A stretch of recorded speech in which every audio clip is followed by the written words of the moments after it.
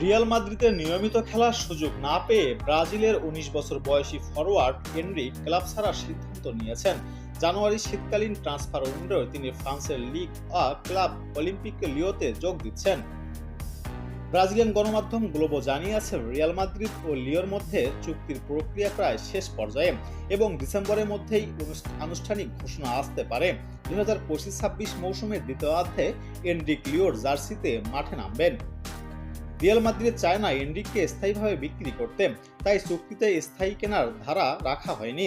তবে একটি শর্ত রয়েছে, যদি রিয়ালে কোনো ফরওয়ার্ড ইনজুরিতে পড়ে এবং ট্রান্সফার উইন্ডোতে খোলা থাকে, ক্লাব চাইলে এনরিককে পুনরায় ফিরিয়ে নিতে পারবেন। এনরিকের এজেন্টরা ইতোমধ্যেই ফ্রান্সে তার থাকার ব্যবস্থা দেখছেন।